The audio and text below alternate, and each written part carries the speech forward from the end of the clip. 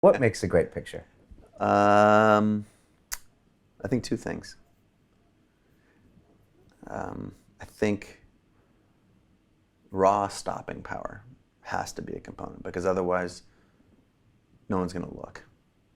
So there needs to be some component that makes you, if you're flipping through a page in a magazine or looking at art on a gallery wall, something has to attract you to that.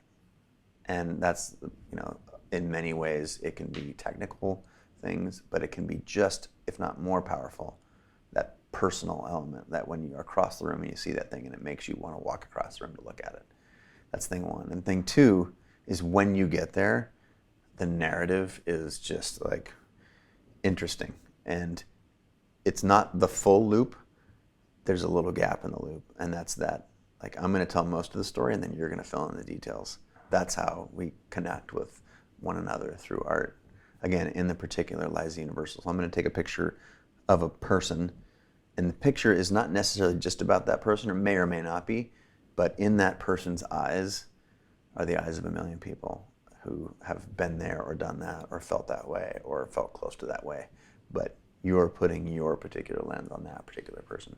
And stopping power plus a narrative that you can connect with. right, but don't complete the narrative. Let them go that last mile. I like that. Like, to me, that's next level shit. Like, go ahead and complete the narrative. It's like, oh yeah, I can see this person's going from here. They're riding a bike from the grocery store to the yoga studio.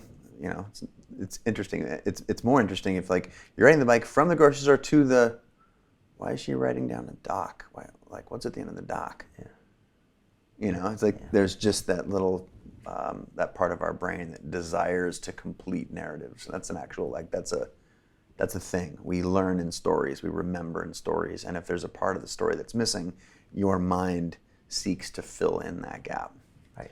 You're looking at me like I'm tripping you out right now. No, I love it. I love it. I love it. I was just thinking, when you said we all have our own perspective that we can bring to a photograph, I'm wondering if you were originally drawn to video, because when you get in front of the camera, we feel Chase. And Chase is this guy that used to be this guy, and now he's that guy, and he's obsessive about his craft, but he's also pretty cool, and he's also searching for a journey. And in a video, we can get that personality in like 10 seconds. Yeah. And that could take a photograph or a series and a whole written narrative, and we still might not get it. Mm-hmm. But is that what drew you sometimes to some of the videos, or even Chase Jarvis Live, where you were like, okay, I can really take you somewhere that's different?